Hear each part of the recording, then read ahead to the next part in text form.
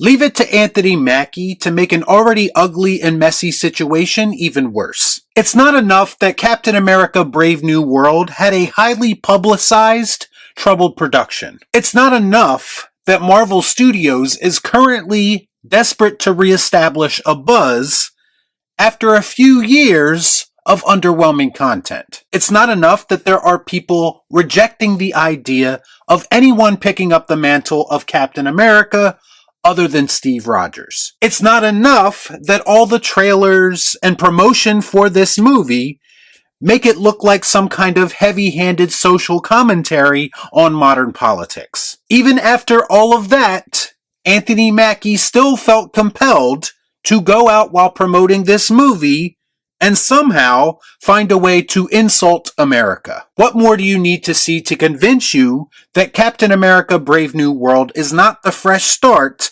that Marvel Studios would like you to believe that it is? Let's discuss. Our content sucks. Our content sucks. I watch so you don't have to. All I'm offering is the truth, nothing more.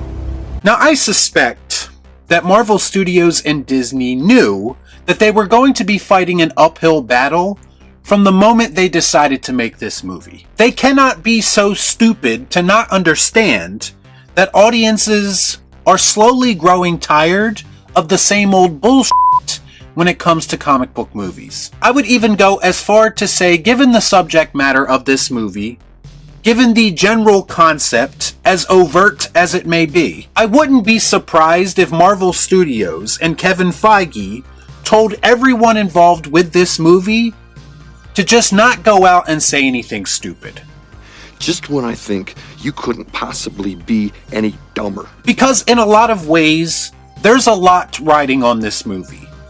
Marvel needs to prove that they can have a film that's a success that doesn't rely on nostalgia and legacy characters. For as much bad press and reportedly poor test screenings that this movie has had, it's not crazy to suggest that they could not afford any additional controversy around this film. Especially a controversy that is the result of the lead actor of this film saying something incredibly stupid. Ironically, he is the aspect of this movie that they desperately need to sell everyone on. And the truth is, his recent comments did absolutely nothing to convince people that he is worthy of being the next Captain America. Not impressed. For those that don't know, a news story broke where star Anthony Mackie explained to a group of people what Captain America represents to him. He said, quote, "Captain America represents a lot of different things, and I don't think the term America should be one of those representations. It's about a man who keeps his word, who has honor, dignity, and integrity." Remember a few years back when there was this push to have Superman's iconic slogan changed from Truth, Justice, and the American Way to Truth, Justice, and a Better Tomorrow? This is the same energy. And of course, some people are pulling old comic book panels out of their ass now to try to defend his comments. Something I've seen a lot from the MCU fanbase. A group of people who historically only care about comic book accuracy when it's convenient for their argument. I actually saw one panel floating around where Cap in the comics is saying something about America being nothing without its ideals. And I guess people are trying to draw parallels between that and what Anthony Mackie said, but I'm just not buying into it. No, don't like that. This to me very much felt like the Superman Better Tomorrow situation all over again. And that Anthony Mackie's comments felt like they were rooted in some kind of anti-patriotism ideology. And the only reason I say that is because I see that type of thing in modern society a lot, where certain people look at the concept of America as being offensive, and anyone who defends America is being offensive. As for these comic book panels, they were very obviously created under very different circumstances. Captain America is meant to represent the very best of America. Period. It's right there in the name, we all understand that. To suggest otherwise is not only insulting to the character, and the people who created that character, but it's also insulting to America itself. Not up in here! Not up in here!